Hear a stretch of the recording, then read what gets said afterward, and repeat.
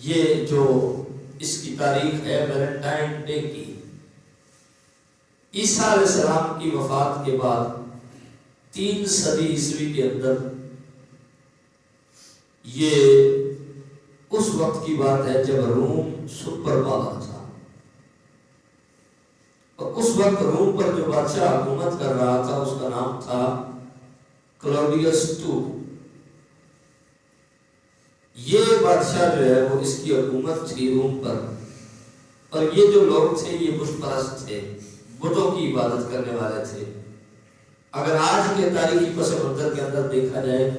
تو جو قوم بتوں کی عبادت کر رہی ہے وہ ہندو ہے۔ تو دوسرے لفظوں آپ یہ کہہ سکتے ہیں اس وقت ہندو یا ان سے ملتی جلتی کسی قوم کی حکومت تھی روم پر۔ یہ جو کہ بت پرست تھے، بتوں کی عبادت کرتے تھے، انہوں نے بتوں کو خدا بنا رکھا تھا۔ ہر سال 15 فروری کو یہاں لپری کالیا کے نام سے ایک تہوار منایا جاتا تھا، اور اس وقت ایک بت کی عبادت کی جاتی تھی، اور عبادت کرنے کا منشا، مرضی یہ ہوتی تھی، خواہش یہ ہوتی تھی کہ وہ بت ان کو گناہوں سے پاک کر دے، ان کی صحت اور ان کی فصلوں کی جو زرخیزی ہے یہ ان کو عطا کرے۔ پھر اس موقع پر ایک قرآن اندازی کا سلسلہ ہوتا تھا۔ ایک صندوق رکھ دیا جاتا تھا، اس کے اندر جتنی نوجوان کنواری لڑکیاں ہیں ان کے نام لکھ کر اس صندوق کے اندر ڈال دیے جاتے تھے، اور ایک نامحرم کنوارا لڑکا کوئی ایک نام منتخب کرتا تھا، نام اٹھاتا تھا، جس لڑکی کا وہ نام نکل آتا تھا اس لڑکے کے ساتھ اس لڑکی کو اگلے سال کی 15 فروری تک، مثال کے طور پر آج اگر 15 فروری ہے تو آج وہ ان کا تہوار ہوگا، اس کا نام لڑکی کا نکل آیا، وہ لڑکی اگلے سال کی 15 فروری تک اس لڑکے کے ساتھ رہے گی بغیر نکاح کے، اور وہ 15 فروری تک وہ لڑکا اس کے ساتھ زنا جیسے فعل بد کا ارتکاب کرے گا۔ اب وہ اپنے جنسی تعلقات کی جو ہے وہ تکمیل کر سکتا ہے، اور وہ بھی بغیر شادی کی۔ بعد میں اس تہوار کو فیبریا کا نام بھی دیا گیا، اور اسی سے جو آپ یہ فروری مہینے کا نام لیتے ہیں، فروری مہینے کا نام بھی اسی فیبریا کے نام سے بنا ہے۔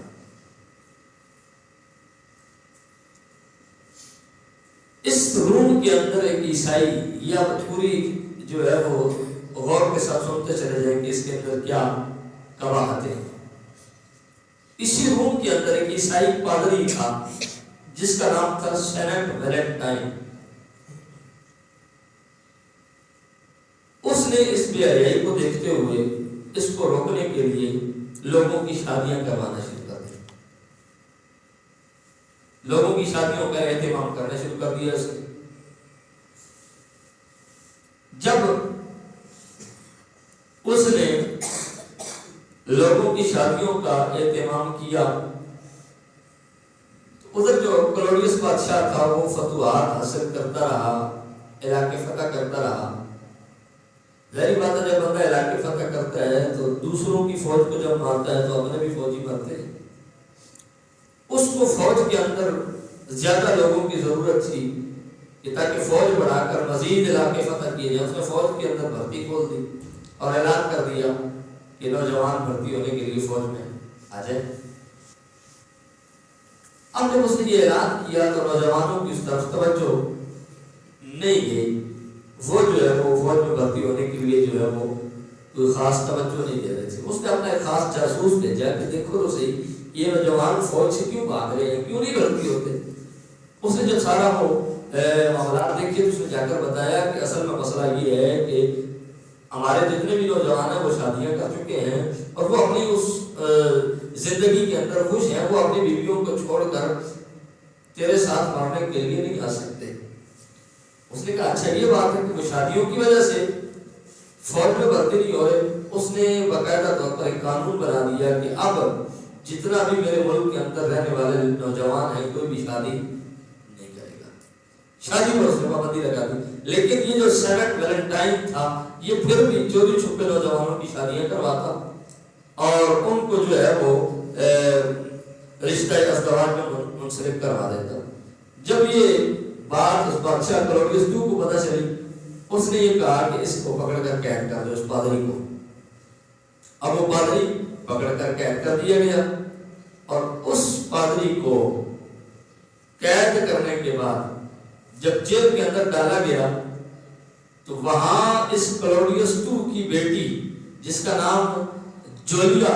تاریخ دان لکھتے ہیں، وہ جو ہے وہ اس کی ملاقات اس پادری سے ہو گئی۔ اب اس پادری کا اس لڑکی کے ساتھ جو ہے وہ عشق معشوقی والا جو ہے وہ چکر چل پڑا۔ اب وہ لڑکی ہر روز سرخ گلاب لے کر اس پادری کو ملنے کے لیے آتی، اس سے بات چیت کرتی، اس کے پاس آ کر بیٹھتی، اس سے باتیں سناتی۔ جب بادشاہ کو اس چیز کا پتہ چلا کہ میری بیٹی کے ساتھ اس کا یہ سلسلہ ہے، اس نے کہا کہ میں تیرے اوپر جو ہے وہ اپنا مذہب پیش کرتا ہوں، تو عیسائیت کو چھوڑ کر ہندو بن جا، بت پرست بن جا، میں اپنی بیٹی تیرے نکاح میں دے دوں گا، معاملات سارے ختم ہو جائیں گے اور میں تجھے چھوڑ بھی دوں گا۔ اس نے کہا میں عیسائی مذہب تو نہیں چھوڑ رہا لیکن تیری بیٹی کو بھی چھوڑنا نہیں چاہتا۔ اس نے کہا پھر اس کو پھانسی لگا دو۔ 14 فروری کا دن تھا جس دن سینٹ ویلنٹائن کو جو ہے وہ پھانسی دی گئی۔ تو اس دن جس دن اس پادری کو پھانسی دی گئی اس دن کو جو ہے وہ ویلنٹائن ڈے کے نام سے جو ہے وہ جانا جاتا ہے۔ اب اگر یہ حقیقت ہے تاریخی تو 12ویں صدی تک اس واقعے پر بالکل پردہ تھا، کوئی نہیں جانتا تھا۔ لیکن 12ویں صدی کے بعد کچھ سالسی دماغوں نے اس واقعے کو، چونکہ وہ اصل میں وہ ویلنٹائن کا جو ہے وہ نام استعمال کر رہے ہیں، وہ جو پادری ہے، اصل میں وہ جو فیبریا تہوار تھا وہ جس کے اندر وہ نوجوان لڑکی 1 سال تک اس نوجوان کے ساتھ بغیر نکاح کے جنسی تعلقات قائم کرتی تھی، وہ اس کو رواج دینا چاہتے تھے اور اس کے پس پردہ انہوں نے اس کے اوپر ویلنٹائن کا لیبل لگا کر اس تہوار کو رواج دیا۔ اور 14 فروری سے لے کر اس 12ویں صدی کے بعد ہر 14 فروری کو نوجوان جو ہے وہ نسل اس فعل کا ارتکاب کرتی ہے۔ ایک تو اس کی تاریخی حقیقت یہ ہے، اور دوسری یہ کہ یہ جو تھا ویلنٹائن، یہ چونکہ پادری جیل کے اندر اس نے جیلر کی لڑکی سے جو پیار کیا تھا، ان کے آپس میں غلط جو ہے وہ تعلقات قائم ہو گئے تھے،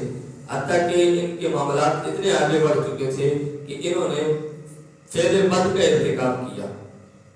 اس لڑکی کے ساتھ۔ اس پادری نے جو ہے وہ